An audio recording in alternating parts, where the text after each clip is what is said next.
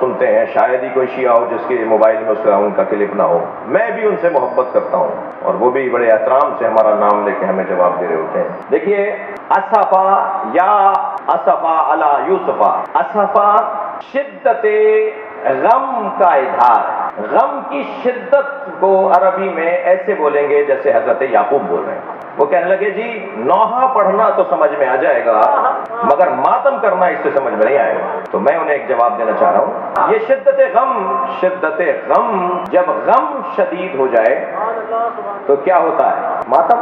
یہ ایک مثال تو نہیں ہے کہ کس شخصیت نے، کس بیوی نے شدت غم میں اپنے بال نوچے، اپنے پیشانی پر ہاتھ مارا، اپنے سینے پہ ہاتھ مارا۔ شدت غم ماتم ہے، اور دلیل بھی ہے۔ اس وقت ہمارا موضوع یہ نہیں ہے، موضوع ہمارا ہے حسد۔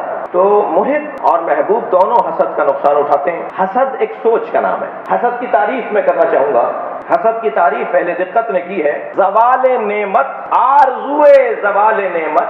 توجہ، حسد کی تعریف، آرزوئے زوال نعمت اس شخص سے جو مستحق نعمت ہے، جس کا حق ہے کہ اس کے پاس نعمت ہو، اس سے نعمت کے زوال کی آرزو کو حسد کہا جاتا ہے۔ تو یہ حسد جو ہے یہ ایک سوچ ہے نا، حسد ایک سوچ ہے۔ لفظ میں بدلتا ہوں، حسد ایک غلط فہمی ہے، غلط فہمی کا نتیجہ تکبر ہے، اور تکبر کا نتیجہ گناہ ہے، اور گناہ کا نتیجہ فساد ہے۔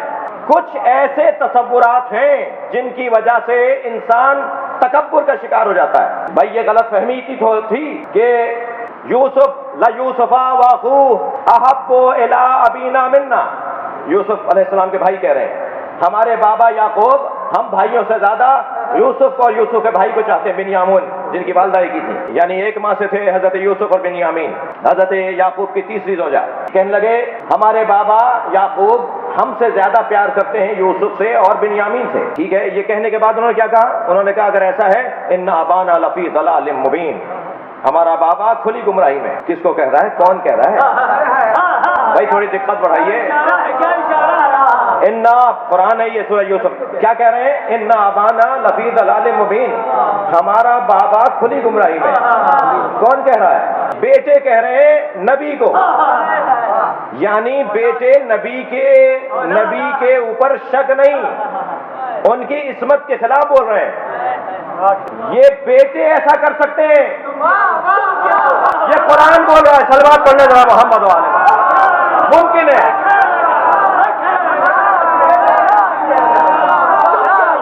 ممکن ہے کہ بیٹے اپنے نبی بابا پر شک کریں؟ اگر بیٹے نبی پر شک نہیں تہمت لگا سکتے ہیں تو پھر کسی اور کے بارے میں یہ سوچنا کہ کیسے ہو سکتا ہے؟ ہو سکتا ہے، یہ انسان ہے، اس سے یہ کام ہو سکتا ہے۔ یہ قاعدہ ہے، قرآن فارمولہ دے رہا ہے۔ کہنے لگے انا ابانا لفی ضلال مبین، ہمارے بابا تو کھلی ہوئی گمراہی میں۔ اور یہ کہنے کے بعد معاذ اللہ شک کر رہے ہیں، تہمت لگا رہے ہیں، گمراہ بول رہے ہیں۔